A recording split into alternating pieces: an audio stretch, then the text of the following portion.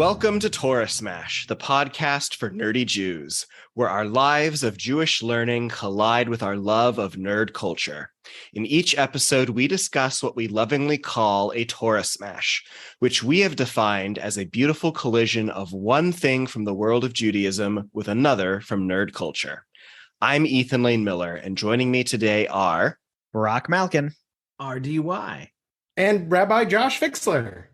Yay! Our guest for today's episode is Rabbi Josh Fixler. Yay! Rabbi Josh Fixler is a rabbi at Congregation Emmanuel in Houston, Texas. A big passion is his social media project, the Golem Museum, where he posts on Instagram and Twitter about his sizable collection of paraphernalia related to the Jewish mythological creature made of mud. Josh is proudly raising his 3 daughters to be nerds like him. His younger twins sleep in a Harry Potter-themed nursery, which has Josh and his wife's wands on a stand above their bed, while his older daughter has a Star Wars room with an Ahsoka Tano accent wall. Welcome, Rabbi Josh Fixler. Hey, welcome. Hi, guys. I'm glad to be here. You know, I thought your show needed one more cis white man. And too soon. Too soon, sorry. you know what? You mentioned so many nerdy things about your kids. I saw you post at one point. You we turned a big box into a time machine a couple of weeks ago. Super nerdy. You have built X-Wings out of cardboard boxes for your kids. Yeah, things got dark in pandemic, and my daughter got a child-sized Moana boat, and then she got a X-Wing covered in gray duct tape that was big enough that she could sit in it, and it had knobs and buttons, and the foils did go into attack formation. That was my proudest engineering accomplishment. Oh my goodness, that's delightful. I'm gonna venture a guess, not just made out of boxes, but made out of Amazon boxes. Amazon boxes, yeah, for sure. Right, from all the diaper shipments and all the she had a duct tape helmet that was on top of a bicycle helmet. It was a whole thing. Oh my gosh, it was great, awesome. I think you're a great. This is why I asked you to be on the podcast. I think there's so much of your life that ties into Jewish and nerdy culture stuff. You were the first choice to be the main rabbi host, but I was cheaper. My rates have really gone up in the last year. That's we're gonna call you Bargain Rabbi Fixler from now on. Okay. So get us started. What do you bring to us today? Yeah, I'm so excited to be here. I am a long-time listener, first-time caller, listening since the beginning. And some of you I have known since high school. Some of you I've worked with. Some of you I've only met a couple of times. And I'm thrilled to be here. And as Ethan mentioned, I have this internet project. I have been collecting golems since I was in high school. And I started calling our apartment in New York when we lived there, the South Brooklyn Golem Museum, which my wife did not think was funny. And then I got this idea just over a year ago, oh my God, the museum needs an Instagram account. And now it's a whole thing. And we have a merch store and it's a whole thing. So I wanted to come on today and talk to you about golems. And I want to say what a golem is for Susan. I also want to pause and say I'm obsessed with Susan. That's why I wore my I'm with Susan shirt that I made. It's very nice. We're going to have to steal that design from you. I'm obsessed with Susan. I think that this is a great addition to a podcast. And I think there should be Susan lore. I want to know more about Susan. I want to humbly make an offer of Susan lore. In my head, when I'm listening, I think Susan is not Jewish and not nerdy, but she thinks that this podcast is made specifically for her, so she tunes into every episode. It's absolutely true, but she's Jewish because she's our sister. Oh, sorry. So she's adopted. I don't know. Anyway, so for Susan, I want to tell you what a golem is. So a golem is a Jewish mythological creature made from mud. Usually it is brought to life using the power of mystical understandings of the universe, maybe using the Sefer Yetzirah, the mystical book of creation, or some combination of the letters that were used to form the universe. And you can bring this creature to life. There's only one mention of the word golem in the Bible. It comes from the book of Psalms. It doesn't mean a creature brought to life. It means unformed thing.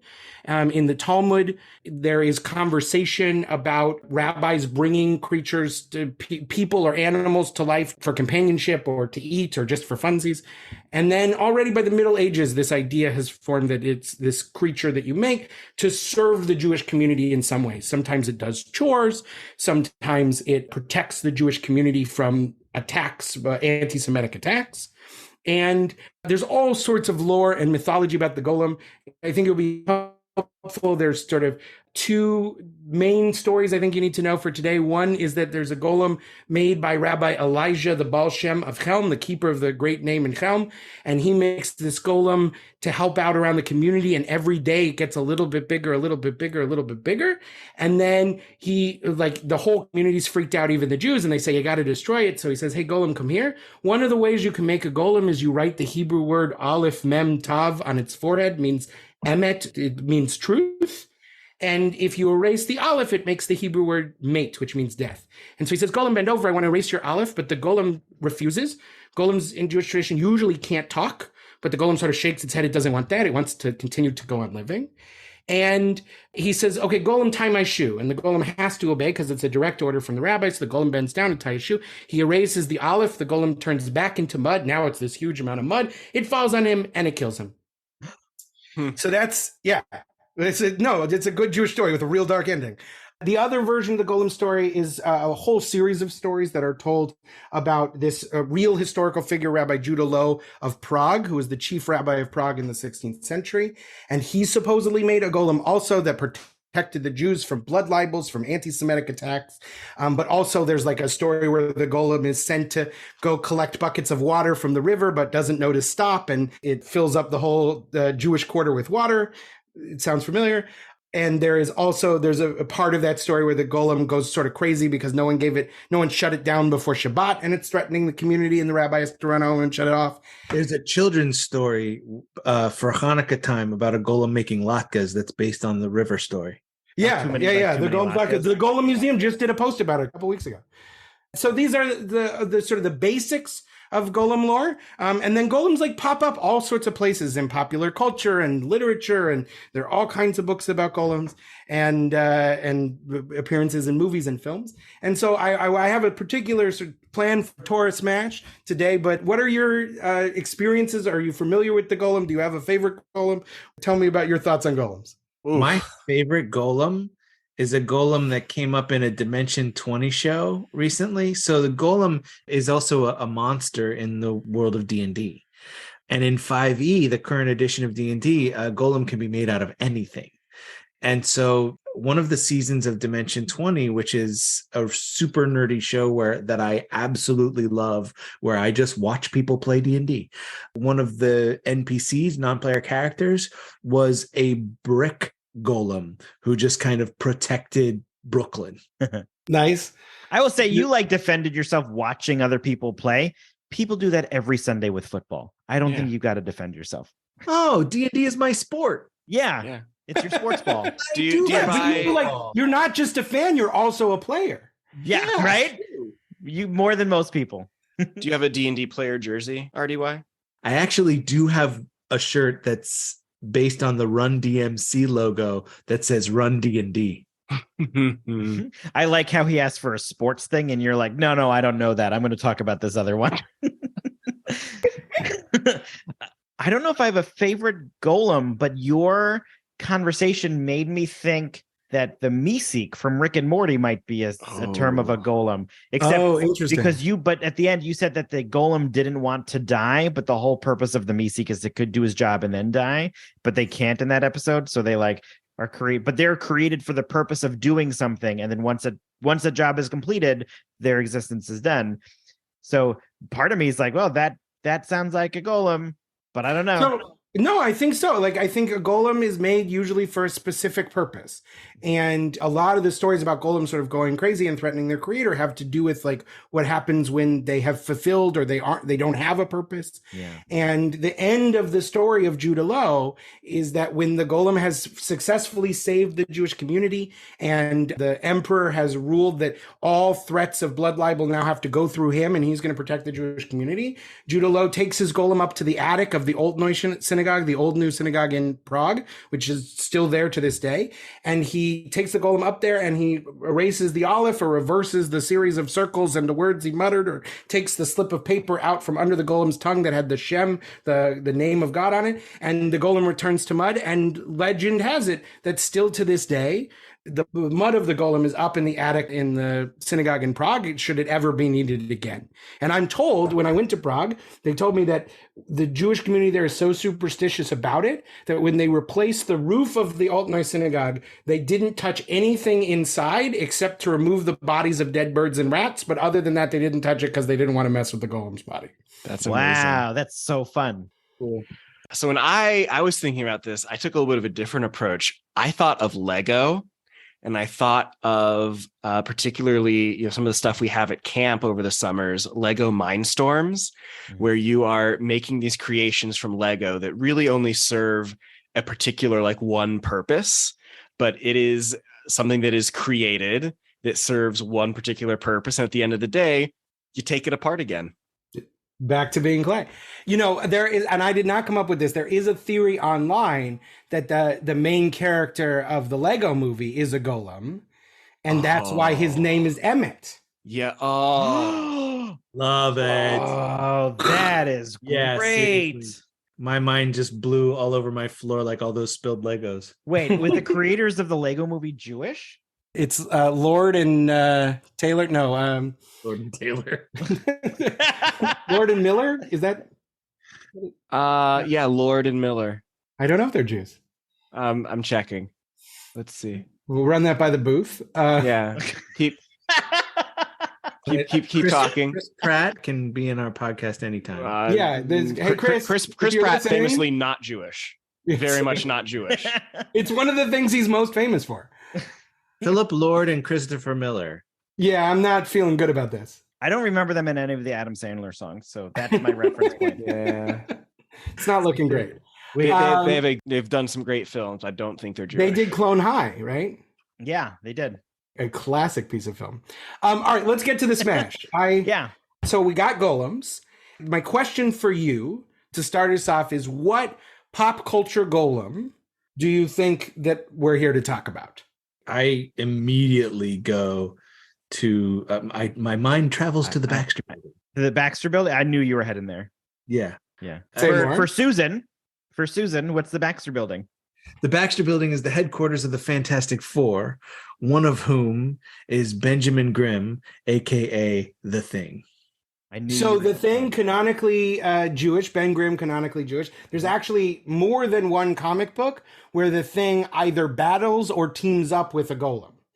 And there is lots of conversation then about like, am I one of you? So for sure, but not where I was going. There's one in particular that's very melancholy, and like I was in tears at the end of it. The Golem of Yancey Street. It's exactly. It's Exactly. Yeah. I have it over there somewhere. Yeah. Wait, RDY, is that the one that you gave to me? That's not the same. No, one. I was like, he doesn't fight a golem in that, but he goes to Yancey. He goes back to the Lower East Side in that one. Right. It's where he says the Shema. Issue 583, where he comes out as Jewish. He says Shema and everything. Yeah. What? Okay, so it wasn't going for the Thing. Okay. Is it? I'm gonna be a little more general with this. Is it droids from Star Wars? Oh, interesting. So, part of the thing about golems is that they don't have sentience. That the thing that humans can't do that God can do is imbue something with creative thought. The reason a golem can't talk is that that's a symbol in Judaism of creative thought. And so like whether or not droids have sentience is probably a whole other episode that there's probably great Jewish ethics on. We'll come back, we'll talk about that, but it wasn't that. What? Now that's making me rethink any of my answers previously. And part of me was like, what things are named golem? And we're not talking about the Pokemon golem. Like so So there is a golem in Pokemon. Yeah. And there's a golem in Minecraft. And the golems appear everywhere. And this has led me to this thing that is the bane of my existence as a proprietor of a fake online museum called the Golem Museum, is that there are these things that I call, like, you know how there's Republicans in name only, I guess.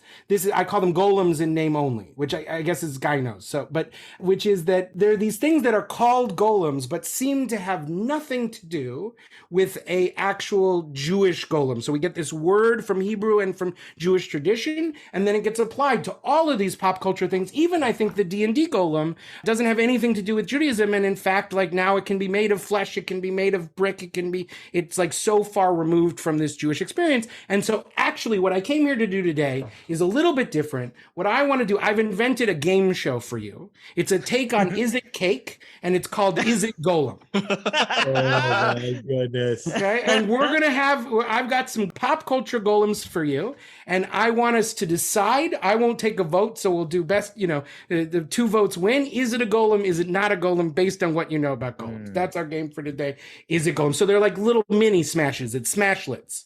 Right. Does it golem? Smashlets? Torah Smash and the Smashlets. That's the name of my jazz fusion concept album.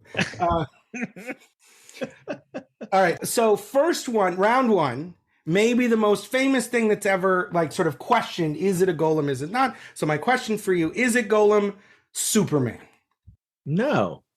I'm going to say no too. Like I feel gut reaction. Who debates that question? So I go with no. Susan? Probably. I don't know. Superman? No, be nice. I've heard that name. Nice Wonderful person. We No, love Susan. so all right, let me make the case, and then I'm going to name this episode Is It Susan? So Roy Schwartz writes a book called Is Superman Circumcised? About the Jewish roots of Superman. And he writes, the golem bears several similarities to Superman, the obvious being his strength and invulnerability and his role as defender of the innocent. More subtle and more interesting is the source of his power. To animate the inert clay, an invocation is used, either written on a scroll and placed in his mouth, or inscribed in an amulet hung around his neck, or etched into his forehead. The inscription is either a Shem, an ineffable name of God, literally name in Hebrew, or more commonly Emet, meaning truth. So because of the S on his... Then he explains Emet, which we don't need for this. Both fit the Superman mythos. His birth name, El, meaning God, also makes it a Shem, and likewise denotes the celestial origin of his powers, and truth, together with justice and the American way, is what inspires him into action. I think Earthlings may consider this creature came from the heavens, but these people who read comic books knows that he came from Krypton, which isn't the heavens. Like Krypton didn't build. I'm still voting no. You haven't. I'm a little more swayed, but still no. Agreed. And plus the idea of the mindless obedience, where Superman is very much a thinker and conscientious of the other. Yeah. Okay. Point taken. I don't know if any of you have ever read the book, The Amazing Adventures of Cavalier and Clay by Michael Chabon, but that book makes this very direct link between the creation of the comic books and the golem. And the question is, were these young men who created the comic book superheroes of the 1940s, were they inspired in some way by golems? When they were picturing Superman, were they picturing a golem? I've not until very recently found convincing evidence that Siegel and Schuster, who created Superman, were thinking of a golem specifically. In this book by Roy Schwartz, he says he has found an unpublished manuscript from Siegel of a memoir.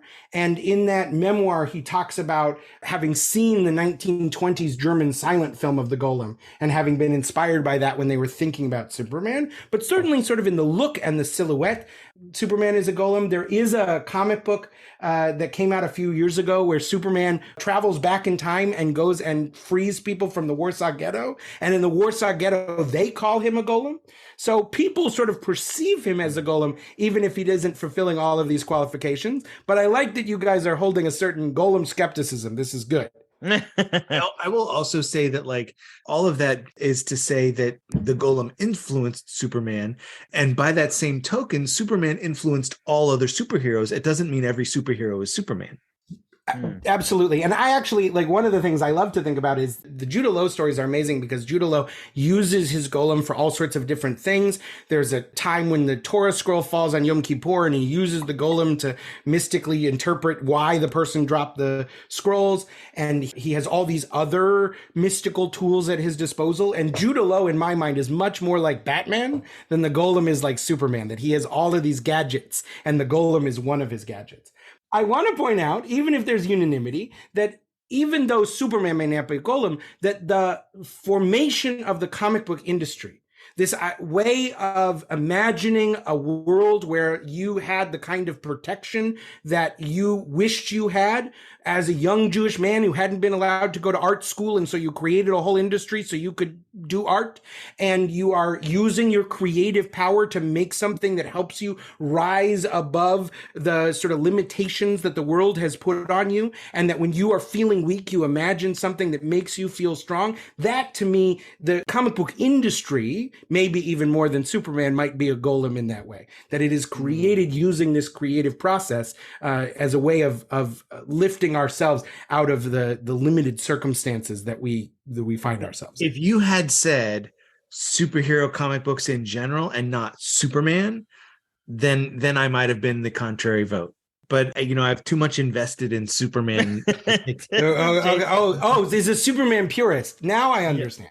You know what I'll say? I think for Siegel and Schuster, to them, creating the comic and saying in this issue he's going to do this, they've created him, they've given him life, and they sent him to the world. And when they do that, he's done. I think for them, in this, as you talked about this creation, in their act of doing that, Superman in that issue is a golem, but I don't think Superman the character is a golem. I think to Siegel and Schuster, yes, but to the reader, no. See, I've now realized the limitation of playing this game with like professional Jews is that like your answer to all of them is going to be yes and also no. Yes. I could see how it would be, but if you think about it, maybe. Worry you to say, but it isn't so simple. So I know that your museum is virtual. Are you like taking us on a tour to like this first step? First here on your left is a Superman golem. Yeah, we're gonna walk down the hall to a new exhibit we've just installed, round 2 of Is It Golem? And round 2, I got another thing for you to guess.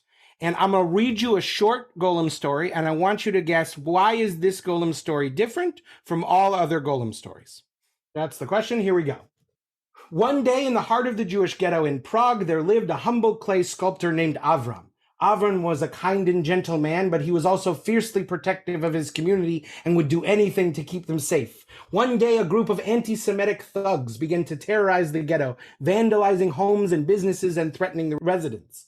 Avram knew he had to do something, but he was just one man and he didn't know what he could possibly do to stand up to a group of violent bullies.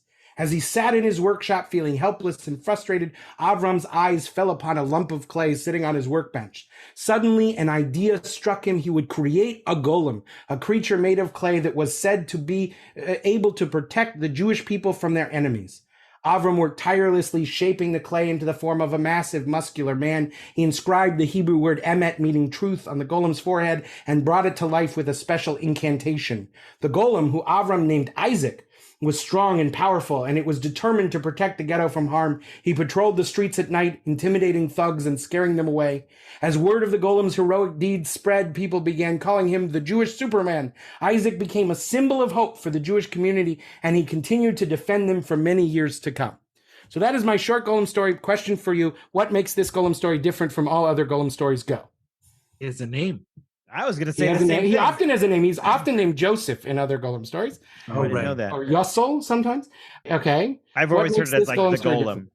It's torn. It sounds like it's a kid story, except there's like longer words right. There's longer words in the story about the violence and the threats and the things that I was like, there's no way like an elementary school kid wrote this. This is a problem because, like, when you want to write a children's story about the golem, you have to like find some way to sidestep the anti-Semitism thing and the pogroms. It's like a challenge. There are a couple of golem children's books. So it's always a challenge. Yeah, but it's not a children's book. It also sounded like it took place much older. But they said the Jewish Superman. I was like, I don't know if Superman comics have been out yet. Did we get a time period of when the story was? When the story takes place, or when it was written? takes place? I'll take Yes, both. So it takes place. What does it say? It just says in the heart of the Jewish ghetto in Prague. So as long as will go as the Jewish ghetto is active, it was written very, very recently. Right. So that timeline shifts me because written in the Jewish ghetto in Prague sounds pre-Superman comics to me. Yeah. Right. That's what throws me. There's something anachronistic about that. It's true. It was written recent. What? How recent? Very, very recently. I'm also I'm a visual learner, so listening to a story is tough for me to remember all the details. Okay. Was this written during the pandemic? I wouldn't say necessarily. I mean, is it still the pandemic? Right. Depending on when somebody's listening. Depending on what state you live in, I think. Yeah. So here, Josh, we haven't had a pandemic for a year. At least. I know. We both in Texas. It's over. In Texas, do we even have one? I will give you a hint. This Golem story was written in the last 2 weeks. Ooh. No, it was written by you? No. Oh. Yes. No.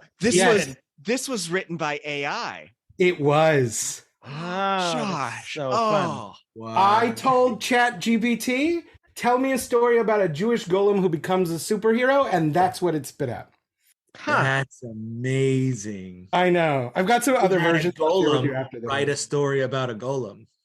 So this is the question. Round 2. Is AI a golem? Oh. Oh, Yeah, man. that's so I have to say yes because of what I just said. So wow.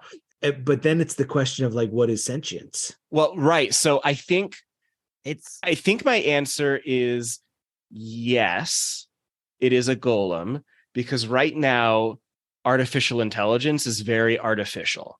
There's ways to trick it, to outsmart it, to expose some of the flaws and how it is pretending to be sentient in a way that, going backward to like the droids in Star Wars, maybe are actually capable of thinking for themselves, or it is incapable, or we are at least incapable of distinguishing that from itself. So I think the fact that, particularly since we can very easily unplug the AI right now, we have the power to take, was it Aleph off of it? Mm-hmm. Yeah, I think I vote Golem. I would even go further than your take the Aleph off.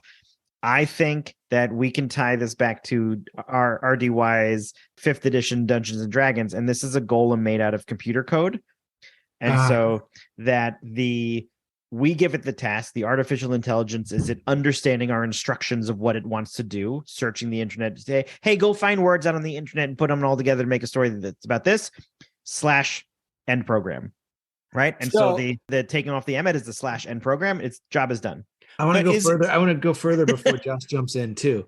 This is the opposite of the river story, where the golem can bring in river water until there's a flood, whereas AI can take the flood of information that exists on the internet and pull out just what it perceives as relevant for the question.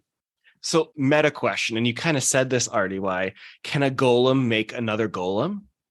So this is amazing because you were asking all the questions that have been asked since the very beginning of artificial intelligence. Does anyone know where the word robot comes from? Is it an acronym? It is not an acronym. Part of me wants to say that it's from that book by, oh my God, I'm going to kick myself. The one who created the 3 laws of robotics. Wasn't it from that book? Isaac Asimov. Isaac Asimov. No, the term robot predates Isaac Asimov. The term robots is from a Czech play by a Czech writer whose name is Karl Čapek. I'm never sure I'm pronouncing that right. Called RUR, or Rossum's Universal Robots, which was published in 1921. And RUR is the first use of the word robot. It's based on an adaptation of a Czech word. And there are people who say that Karl Čapek was also inspired by Golem lore when he creates this image of the assembly line of humanoid robots that are meant to help human beings, and then they want to create themselves. The only thing they can't do is create themselves, and they end up killing every human on Earth, also a dark story, except their creator, because they want him to teach them how to make themselves. The very first use of the word robot is also a story about the dangers of AI. What a coincidence that it's Czech. Like, Right. let's not let that get lost on us. But also, I don't think it's a coincidence. I think there are golems in popular Czech lore, even non-Jewish Czech lore, because it sort of creeped into Czech folklore. So I remember very vaguely from like a project I did as an elementary school kid on robots that they were called automatons for when they were first created. And in Googling just now, I see that the Czech word robota means forced labor. So, like, boom, all the more so. That's fantastic. Thank you so much for that. I think you have another unanimous vote on your hand. Well, so the other thing I wanted to tell you, the great thing about the like all the arguments for, so is in when the first supercomputer was being built in Israel, the Jewish mysticism writer Gershom Scholem sent an email to the Weizmann Institute where they were building the first supercomputer. And he said, I think you should call your supercomputer Golem Aleph, Golem number 1, because this seems like this attempt to create sort of what then was AI felt to him. This is 1964 or 5, like the creation of a golem. And they said, we will name it that only if you come to the inauguration of the machine and give a speech about why you think it should be called that. So Gershom Scholem goes to the Weizmann Institute. He gives this amazing speech where he raises everything that you guys just said. He talks about the sort of dangers of like, what could this possibly mean? He talks about the golem carrying water. He talks about the golem is made with 22 letters. And the AI is simpler because it's only made with zeros and ones. And it's this beautiful idea. He says, what makes a golem work? In both cases, it's energy. In the old golem, it was the energy of speech. In the new one, it's the electronic energy. In the case of the Kabbalist, it was the Shem HaMiforash, the fully interpreted and expressed and differentiated name of God. Now it is still differentiation according to a given system and interpretation of signs and ciphers which make the golem work. But he ends with this great line. He like sort of is also like ribbing them about like, I don't know if this thing's going to take over the world. And he's like a little bit anxious about it in the way a Kabbalist should be.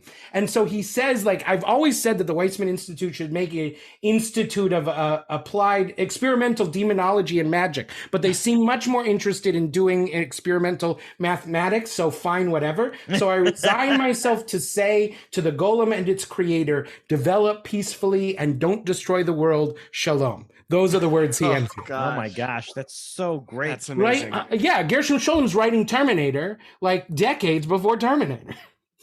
This makes me think of other robots, artificially intelligent robots from nerd culture. They're like, are they, aren't they? Right? I'd say Bender, Futurama, not Golem. I'd say Baymax from Big Hero 6, Golem. Right? I think that there's more modern, Megan. Which if you haven't seen it, if you have not seen this movie, it's a horror, isn't? I'm not a horror fan. Don't. It's terrible. But don't see the movie. Well, one of the most famous episodes of Star Trek: The Next Generation essentially boils down to: does Data have a soul? Is Data a golem? Is Data golem? So I almost went to see Megan this week just to make that my third round. But since we had unanimous decision on second round, I did design round 3 specifically for Ethan. And I thought this is where you were going with your comment, Ethan. But in the first season of Star Trek Picard, there is a thing that is specifically called out to be a golem. And if you haven't seen, Susan, if you haven't seen the first season of Star Trek Picard, there is, and spoilers, it's all about artificial intelligence and androids like Data. And he has made one that it can be imprinted, he thinks, with a human consciousness.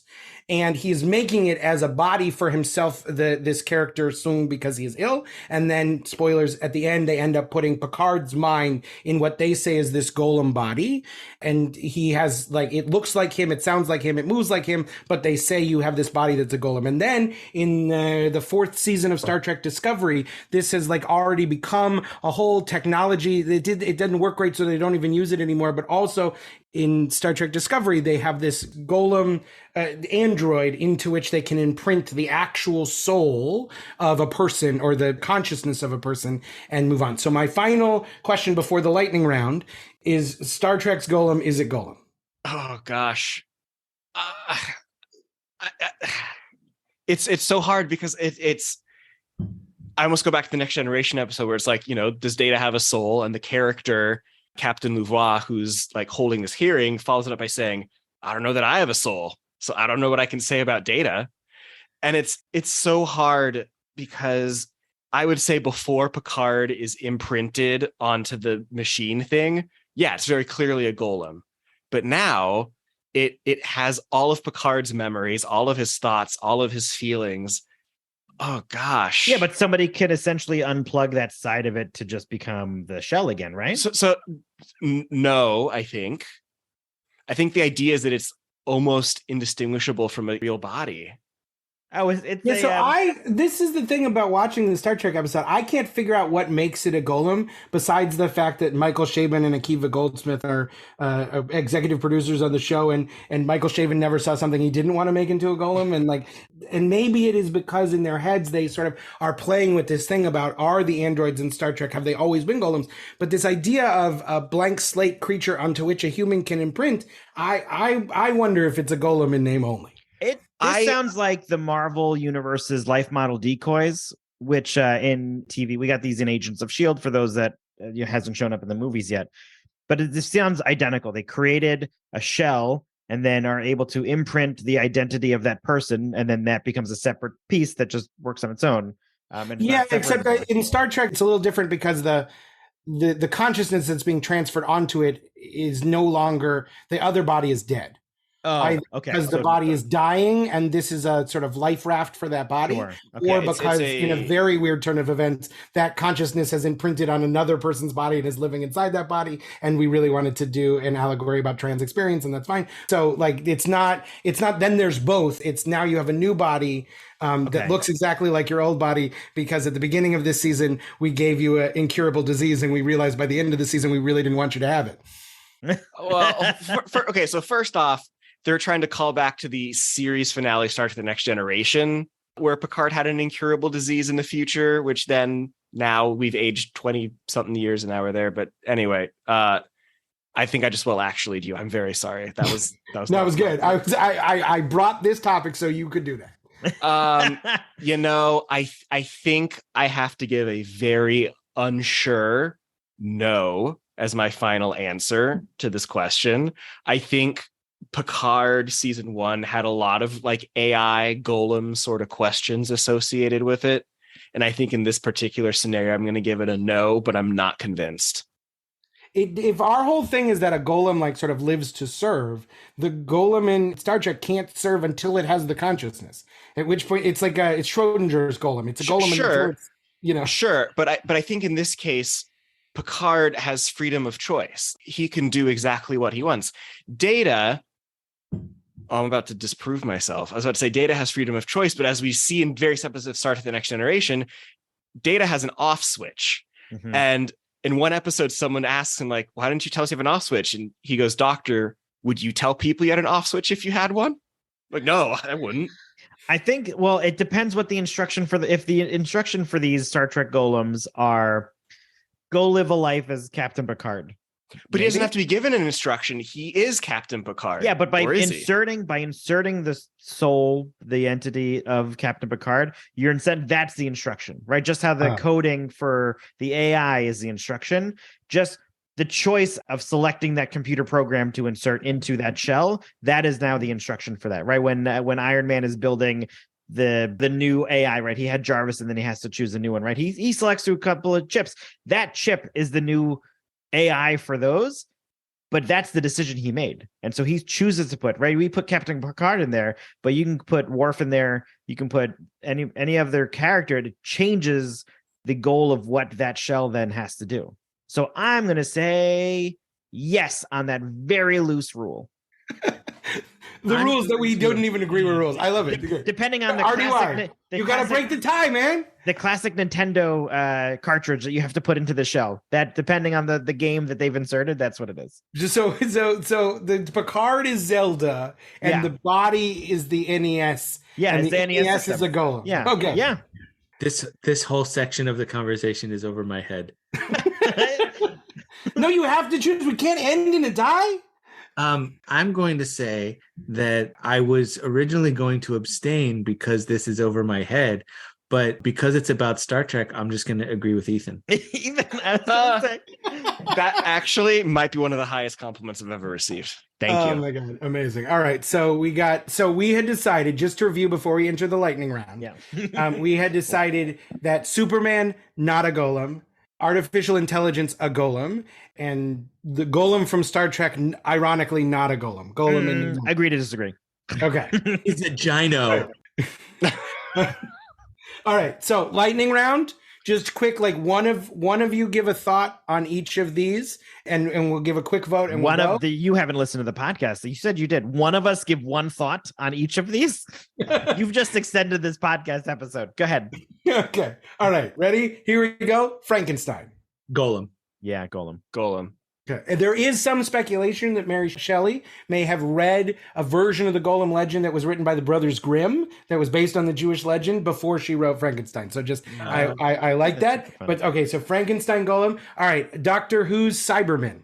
No idea who that is. The whole point is you say Doctor Who. Sorry. I wish you had said Doctor's Cybermen. You go Doctor Who? Exactly. It's the Doctor. I don't know. It's on third. Okay. I view that I'm going to say not a golem. I don't know well enough to vote. Pass. Also, sounds Jewish. Cyberman. Cyberman. Have you met my friend? This is Saul Cyberman. Oh, the medium past president. This podcast desperately needs an immediate past president. That's amazing. I vote for Rabbi Josh Fixler. This is going to be the AI in 30 years. Right. We can end with, hey, I did ask ChatGPT to write a script for a Jewish podcast episode about nerd culture and golems. We can end with that if you'd like. Wow. It's dark. You guys don't have long. It might be the darkest story on this episode. Okay. In the episode that aired recently, we decided that we're the wild stallions of the podcasting world, where our podcast saves the universe. And when you reunite with Susan. Yeah. Oh man. Okay, so we got to go to the ore material. Is the Sorcerer's Apprentice a golem? Mickey Mouse's broomsticks, are they golems? Yeah. Yes. They're also speculation that not the opera, but the poem on which it's not an opera. It's a. Wait, I'm going to change my vote. I'm going to say no for the broomsticks. Right? I see, because I think there's a slight difference. He doesn't end it. Somebody else is coming and say, right? The creator doesn't destroy the broomstick's life. Somebody else ends the broomstick's life, and so they go crazy, and he doesn't know how to control them anymore. But he is not the one to finish it, and so therefore, not the creator destroyed the golem. So I'm going to say no. Just because it's out of the typical golem lore. It's this lightning round. We get no more discussion. Next. Oh, moving right along. So the music, the poem on which the music piece is based, he may have traveled to Prague. Goethe may have traveled to Prague before he wrote the poem. So might very well be a golem story. Okay. Do anybody remember this is my favorite one. Did anybody remember the animated film An American Tail? Fievel? Yes, right? So the Great Mouse of Minsk. In An American Tail, there is a conversation about the Great Mouse of Minsk, this gigantic mouse that protects the mice from cats. And then at the end of the movie, the whole plot point, I didn't remember this until very recently. The whole plot point is they create this giant automaton mouse that scares away the cats in New York City that like is on fire and breathes fire, and they roll it through the city and it scares them and they all run away. And I'm like, oh my God, it's a golem. Totally. Well, thank you for giving us our answer, Josh. Yeah, it's a golem. Yeah. Golem. That is I have on my list like American Tail and Fievel Goes West as like possible future episodes. That is great. Okay, so that's a golem. Pinocchio? Ooh. I'm gonna say at the beginning of the story, yes. At the end of the story, no. Right. When he's a real boy, he's not a golem. Right. But before, when he's a wooden boy. So he instead of getting the Aleph erased, Pinocchio gets the Tav erased, and he gets a mother because M is mother. Right, and it's for certain versions of the Pinocchio movie that came out this year. If you saw it, you're like, sorry. I would say not, because he is a fully exploratory I don't know what his purpose is. I can't think. It's like, hey, go and discover life. And maybe that's the purpose. I don't know. I don't know. I think His purpose is to go find out how to be a real boy. Yeah, I think Golem. But then he doesn't die. He becomes, I guess that He's imbued with the desire of his creator to become a real boy. He starts as a golem, but he has a happy ending instead Right. of a turning Sure. to mud and killing the creator. ending. Like the very first golem, like Adam, he doesn't end clay, he ends as a human being. So I said this while we were all talking, so I don't know if it got heard, but is Adam a golem? That was the According to the Talmud, yes. The rabbi's understanding is that God formed Adam from mud, and that for maybe the first 12 hours of the day that Adam was created, he was a golem, and then God breathed into him the breath of life, and then he goes from being a golem to being a full ensouled human being. Yes, very cool. Okay, I got two more. Okay. Two more in the lightning round. You can cut any of these you don't like. On a related note to Pinnocchio, Ultron. I'm gonna say no. Created to protect the earth. Peace in our time. Sentient. Yes, sentient as much as the AI story is sentient. It's collecting the information from the internet about how to complete its goal. I'm going to say yes. I'm still gonna say no. He also, similar to the other bodies, there's one main body that has this AI in him, and he creates other robots that are not sentient in that same way. And he is just the main. This only one creature is the Ultron, and the other ones are the robots that fight for him. But he has built other robots. He hasn't built other Ultrons, right? He can't create another one of himself. I'm gonna say yes. So Yeah, Ultron, no. Ultron clones, yes. No, I'm gonna say yes. Ultron's a golem. All right, final question. Gollum, is Gollum a golem? Is Gollum a golem? No. Miriam Anzerman, if you're listening, we are so sorry for that question. Miriam, that was for you. So this was actually just an excuse for me to do my rant about how they are pronounced differently. So the thing from Lord of the Rings with a U in it is pronounced Gollum, and the thing from Jewish mythology has a long O pronounced Golem. And I don't have any idea whether J.R.R. Tolkien was drawing on the term golem when he created Gollum. I do know that there's lots of complexity to J.R.R. Tolkien and what he's drawing on. But if anything, Gollum is a golem in name only. There's nothing to me golem-like in he's a fully ensouled human being who really struggles with, tshuva and all those things. But all the time I am trying to correct people that we are the Golem Museum. The Golem Museum is controlled by the Tolkien estate.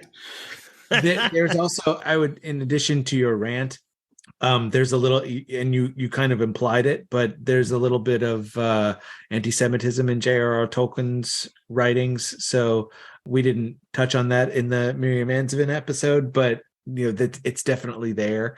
And we touched on it in the Dungeons and Discrimination episode. We did. And I would say for that reason alone, hard no. So I couldn't be on the podcast without doing one well actually, and my well actually is it's pronounced Golem. I will round us out and say no. Good. All right. So definitively we've proven that the Golem from Star Trek and Gollum from Lord of the Rings are not golems. Yeah. Yes. Amazing. Thank you for playing my game. Is it Golem? Have me back anytime. There are way more pop culture golems, and I loved debating the finer points of golem lore with all of you. No, I appreciate. Thank you for this. Is a lovely museum. I appreciate you walking us through your exhibit of these different golems. Yes, well, glamim is the Hebrew plural of golem. If you, because I saw R.D. Flinch, if you would like to visit the Golem Museum, presently we exist in my house and in cyberspace. You can follow us on Instagram at golem_museum. Also on Twitter, though I'm not quite yet as fully on the tweets as I am on the grams.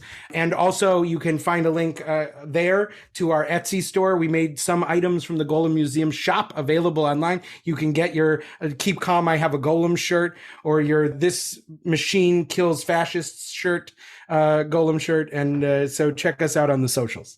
Very nice. How do you become a dossier of a Golem Museum?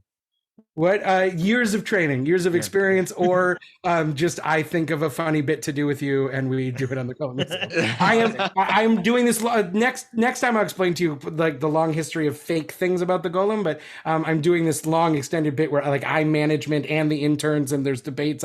I fired myself more than once. It's a whole thing. Did you mean docent? Oh, what did I say? Dossier. Yeah. Hold on. You just have to flatten out and get a lot of words written on you. Hold on a second. I'm just going to do this for myself. How do you become a docent of a Golem Museum? Great. And now that's whole thing done. I think you should keep dossier. If you would like to become the docent of the Golem Museum, I'm going to need you to write a long resume. I might even be in the form of a dossier. No taken. See, now you got to either cut that joke or keep the whole thing. There's a lot of editing going on right now that nobody is hearing. Great. Do you have any other thing you want to wrap up with? Any other shout outs? You shouted out your museum already. Any other things you want to wrap up with this Golem piece? Yes, I am constantly searching for great golems out in the world. Things, if you want to play along, you listener, and especially Susan, if you see a golem out in the world, whether it's in pop culture or like graffiti in Israel, like people all the time are sending me golems. So you can find ways to contact me from the Golem Museum or DM me on Instagram. But I want to know about your golems. If you've made golems in art, I will post about them. But please, please, please send me your golems. I have made a great many golem friends on Instagram. It's wonderful. We should have a dual host with you and Isaac Brunjagar-Bialik. So Isaac is we have become real world friends because of Golem stuff. It's a whole thing. If I was in my real office, you would see I have an Isaac poster of all of his golems right on my wall. But that's awesome. That's great. Thank you again, Rabbi Josh Fixler, for joining us. This was a super fun episode. I thoroughly enjoyed it. But my pleasure. I think like the Golem, this will also have to end. You've served your purpose with us. You just erase my olive and I'll go to bed. Yeah. So that'll do it for this episode of Torah Smash. Our fiscal sponsor is Jewish Creativity International. Our theme music was created by Sean Fogel. You can check out Sean's bands and studio work at www.thesleepywest.com. If you enjoyed today's episode, be sure to rate and review us wherever you listen. It helps others find us and is an excellent way to support the podcast. We want to hear from you and continue today's nerdy discussion. Go to torahsmash.com to find where to connect with us online, purchase swag from our store, support us with a donation, find previous episodes, and more. And RDY, in honor of Friends of Golems, would you do the honors of paraphrasing this podcast's favorite rock creature? It's podcasting time.